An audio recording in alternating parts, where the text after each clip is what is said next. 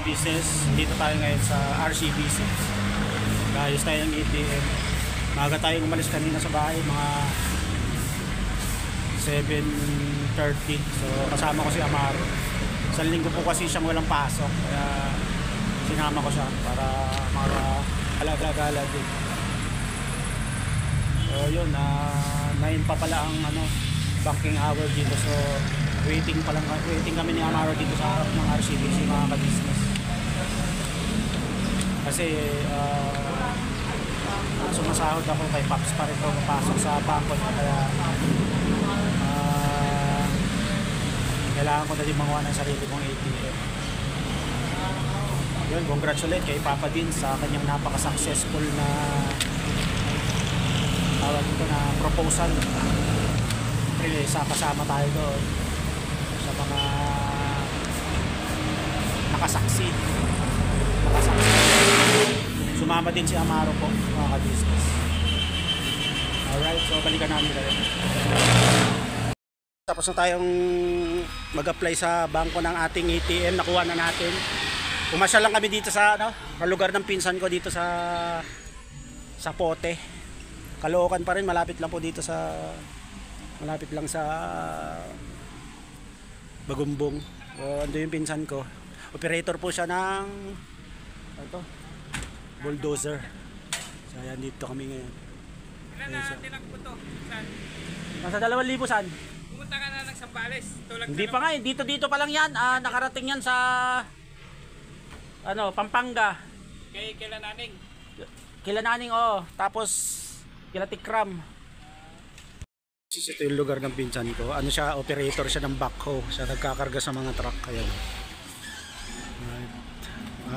Siguro nasa 10 years to 15 years na ako nung huling nakapunta dito. Huling nakapunta ako dito sa sewing machine pa ako kay Kuya Emer noon, o kay ka-business. Ngayon, yung pinsan ko siguro nasa 15 years na din dito sa trabahong to. Yan, natutunan niya lang din po yan. Kaya nagkakarga siya.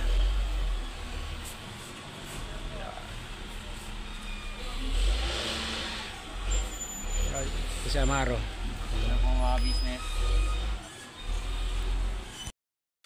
Luto tayo ng nilagang pork. Ayan.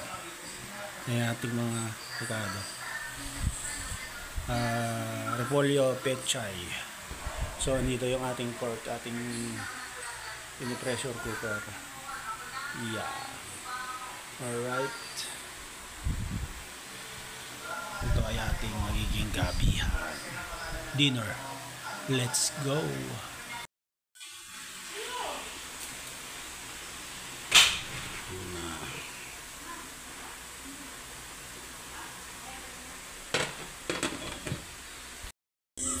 Maulan. Tapos na tayo sa pag-mission. Kasama tayo nila kuya. Ginawa tayong vlog. Panoorin nyo sa channel ni kuya yung aming nilakad. So punta tayo ng palengke kasi pinagluto tayo ni ate ng sinigang na cream dory. So bibili tayo ng gulay na halo. Or gagawin ko, bibiliin ko yung sinigang mix sa miso kasi masarap yung cream dory sa miso, di ba mga ka-business. So pasama tayo kay Amaro. Mo yan, pulutin mo nahulog siguro yung baksi. Kilagay mo doon sa pinakataas lang naman yung puso. Kaya po si Amaro. Patayo mo doon patayo. Yan, ayusin mo para meron tayong tagahawak ng mga gulay. Mulan po, nabasa yung aking motor. Basa. So yun, balikan ko po kayo at punta lang kami palengke. Sawawi na po kami. Tayong talbos ng kamote at saka labanos. So ito yung ating gigisahin. Cream dory, frozen pa po siya, pinapalamig natin. So kasama ko si Amaro, siyang aking assistant yan. Hello po mga business. Siyang naghihimay ng mga talbos ng kamote. Alright. So balikan ko po kayo at ayusin ko lang yung cream dory. Hugasan po namin mabuti. Natin ang pagigisa. Meron tayong sibuyas. Ay, bawang muna. Yun. So, papulahin lang po natin mga kabisnes. At syempre, malakas yung apoy natin. Kaya, sugat itong sibuyas.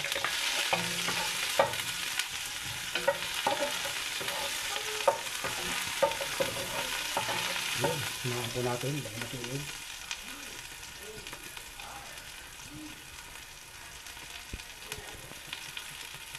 At pag yan, namula na. So, natin na luya.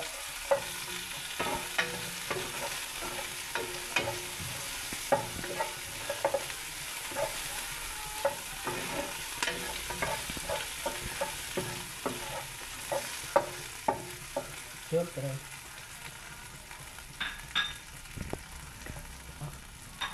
Sasalaysan na natin ang ating cream dory. Ahin natin yung head. Ayun ang kanyang panga. Yung ulo. Ulo. Ayan.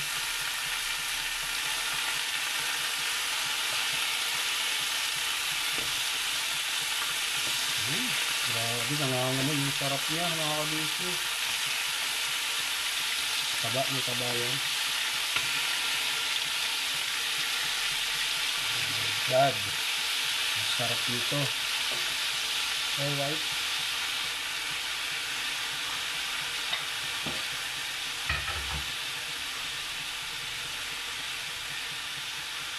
Ayan nga kabisnes. Paghinaan natin ang apoy.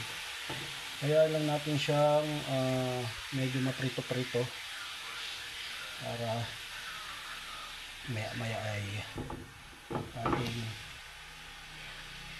lalagyan ng sabaw-baw. Yan. Kaya alam po natin maprito-prito siya.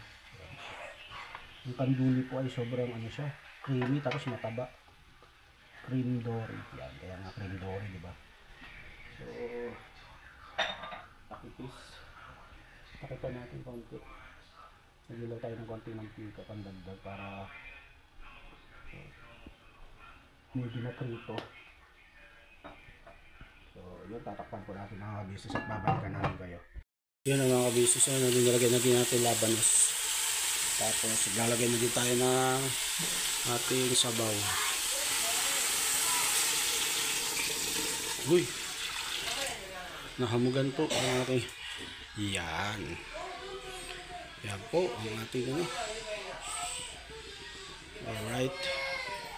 Mga kabisnes, kumukulo-kulo na siya. Wow. Yeah, pero hindi pa natin nilalagay dyan yung ating pampaasim at yung ating talbos ng kamote at saka sili. Yung mga kabisnes, oh. Uy, cream dory. Malami. Yan, naglagay na tayo ng kamoting talbos. Yan, lutong-luto na siya. So, pagkalagay natin ng talbos, madali lang naman maluto yan. Luto na siya. Mamaya nasisenten siya niyan pagdating nila ate. Right. Sarap din. Sinigang sa miso. Lagyan natin mga confidence dyan. Pampalasa, nalagyan na din natin yan. Alright. Business. Tapos na tayo magluto. Pasensya na po at 3 araw na yata ako walang upload. Medyo may ano lang, may konting ano lang naman, konting akong hindi ko alam, hindi naman problema to eh, pero may yung timbagay lang tayo ano, kailangang ayusin. So yun, simple lang tong video ko. 3 ano to, ewan ko, 3 o 2 potahe na niluto ko itong mga nakaraang araw, at yun na lang i-upload ko. Pasensya nyo talaga mga kabisnes ha. medyo hindi ako nakapag-upload ng ilang araw. So yun, ano ba? Ano bang ating malapit na matapos ang taon, December na pala. So baka nyo yung mga magiging vlog ko pa po. At syempre maraming salamat sa walang sawang suporta nyo.